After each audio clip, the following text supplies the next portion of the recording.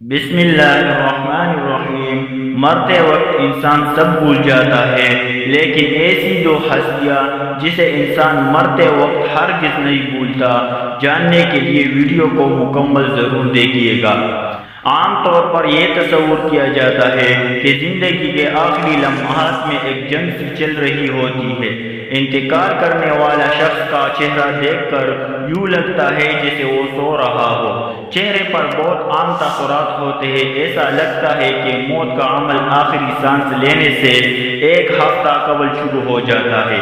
اس دوران صحت متاثر ہونے لگتی ہے، جسم کمزور پڑنے لگتا ہے، چلنے میں دشواری پیش آنے لگتی ہے اور غنود کی طاری ہوتی ہے۔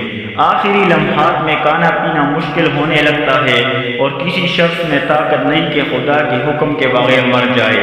اس نے موت کا وقت مقرر کر کے لکھا رکھا ہے، اور جو شخص دنیا میں اپنے اعمال کا بدلہ چاہے اس کو ہم یہی بدلہ دے دیں گے، اور جو آخرت میں طالب ثواب ہو اس کو وہ اجر عطا کریں گے، اور ہم شکر گزاروں کو عین قریب بہت اچھا صلہ دیں گے۔ مرتے وقت انسان کے دل و دماغ سے ہر چیز نکل جاتی ہے، سب کچھ بھول جاتا ہے، اپنا مال و دولت، مہر، عزیز و اقارب، رشتہ دار، سب کچھ بھول جاتا ہے، مگر مرتے وقت انسان دو لوگوں کو بہت زیادہ یاد کرتا ہے۔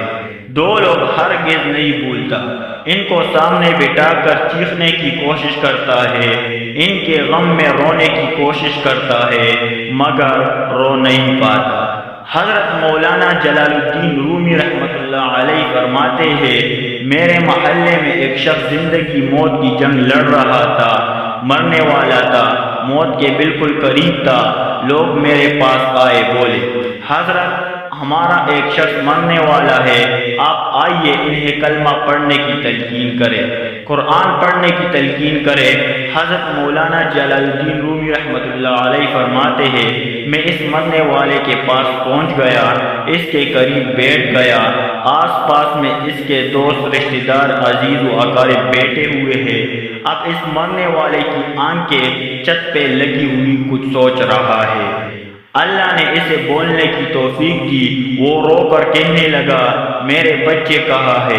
اس کو نہ کمایا ہوا مال یاد آیا، نہ دولت یاد آئی، نہ عزیز و اقارب، یہاں تک کہ اسے ماں باپ بھی یاد نہ آئے۔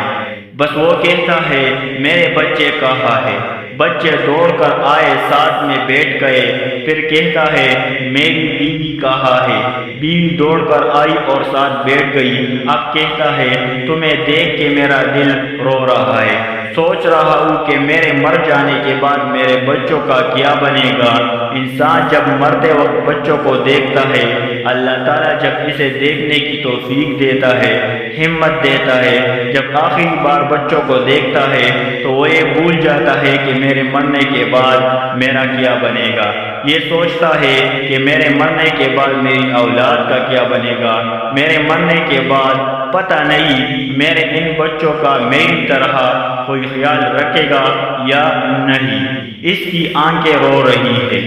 بیوی کو نصیحت کرنے لگا، میں تو دنیا چھوڑ کے جا رہا ہوں، مجھ پہ ایک احسان کیجیے گا کہ میرے ان بچوں کو قرآن مجید کی تعلیم لازمی دیجیے گا۔ ان کے منہ سے نکلا اللہ کا نام میری قبر کو روشن کر دے گا، جہنم کی آگ سے اللہ کے عذاب سے دور کر دے گا۔ ان کو دین کی تعلیم دینا۔ ایک واقعہ ملاحظہ فرمائیے، حضرت سیدنا موسیٰ علیہ السلام کا ایک قبرستان سے گزر ہوا۔ آپ علیہ السلام نے دیکھا قبرستان کی ایک قبر کے اندر مردے کو دردناک عذاب دیا جا رہا ہے، مردہ عذاب میں مبتلا ہے، اس کی قبر جہنم کے گڑھوں میں سے گڑھ بنی ہوئی ہے، مردہ عذاب میں مبتلا ہے، چیخ و پکار کر رہا ہے۔ حضرت سیدنا موسیٰ علیہ السلام آگے چل گئے۔ کام کرنے کے بعد واپسی جب اسی راستے سے گزر ہوا، آپ نے دیکھا وہی جہنم میں جلنے والا شخص جس کی قبر میں عذاب دیا جا رہا تھا، اب وہ شخص جنت میں ٹہل رہا ہے، اس کی قبر جنت کا باغ بنی ہوئی ہے۔ آپ علیہ السلام نے دونوں ہاتھ اٹھائے، عرض کی میرے مالک تھوڑی دیر پہلے میں یہاں سے گزر رہا تھا، یہی قبر جہنم کے گڑھوں میں سے گڑھ بنی ہوئی تھی، تھوڑی دیر کے بعد یہ جنت کے باغوں میں سے ایک باغ کیسے بن گئی؟ اللہ تعالیٰ نے فرمایا، موسیٰ یہ شخص جب مرا تھا، مرنے سے پہلے اپنی بیویوں کو حاملہ چھوڑ کے مرا تھا، بیویوں کا ایک بیٹا پیدا ہوا، بچہ آج چھوٹا کل بڑا، تھوڑا سا بڑا ہوا تو اس کی بیوی بچے کو مسجد میں بھیجا، معلم صاحب نے اس کے بچے کو بسم اللہ الرحمن الرحیم پڑھائی، جب اس کے بچے نے بسم اللہ پڑھی تو موسیٰ مجھے حیا آئی کہ اس کا بچہ میرا نام لے اور میں اپنا نام لینے والے بچے کے باپ کو جہنم میں ڈالوں، یہ میری رحمت گوارا نہیں کرتی۔ اس لیے ہمیں چاہیے کہ اپنے بچوں کو قرآن مجید کی تعلیم دے۔ اگر تم چاہتے ہو کہ تمہاری قبر روشن ہو، عذاب تمہارے قریب بالکل نہ آئے، تو اپنے بچوں کو قرآن مجید کی تعلیم دینا۔ حضرت مولانا جلال الدین رومی رحمۃ اللہ علیہ فرماتے ہیں، وہ شخص توبہ کرتا کرتا یہ کہتا کہ میرے بچوں کو قرآن کی تعلیم دینا، ایک دم اس کی زبان لڑکھڑانے لگی، اس کا بدن کانپنے لگا، موت کا فرشتہ آ گیا روح نکلنے کے لیے۔ فرماتے ہیں جب انسان کی روح نکلتی ہے تو اس کا منہ کھل جاتا ہے، دونوں ہونٹ ایک دوسرے سے جدا ہو جاتے ہیں، انسان کی روح انسان کے پیروں سے نکلتی ہوئی اوپر کی طرف آتی ہے، جب دل اور پھیپھڑوں تک پہنچتی ہے تو یہ وہ لمحہ ہوتا ہے، یہ وہ وقت ہوتا ہے کہ جب انسان زندگی میں پہلی بار فرشتے اور شیطان کو دیکھتا ہے، یہ وہ مرحلہ ہوتا ہے جب انسان کے ایک طرف شیطان اس کے کان میں غلط مشورہ ڈالتا ہے اور دوسری طرف اس کی زبان سے اس کے عمل کے مطابق الفاظ نکلنے لگتے ہیں۔ اگر انسان نیک ہوتا ہے،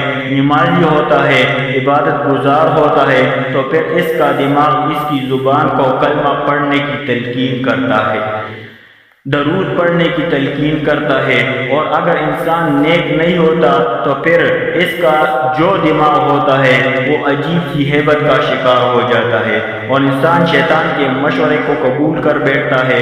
جب انسان شیطان کے مشورے کو قبول کر بیٹھتا ہے پھر کوشش کرتا ہے کلمہ پڑھنے کی، لیکن نہیں پڑھ پاتا۔ ناظرین، آج ہماری آنکھیں کھلی ہوئی ہے، آج ہماری سانسیں چل رہی ہے، اس سے پہلے کہ یہ وقت گزر جائے، یہ زندگی کے لمحے میرے اور آپ کے لیے غنیمت ہے۔ آخرت کے لیے کچھ اکٹھا کر لوں، مرنے سے پہلے قبر کی روشنی بنا لوں، معلوم نہیں پھر فرصت ملے یا نہ ملے، معلوم نہیں پھر یہ زندگی کے لمحے ملے یا نہ ملے۔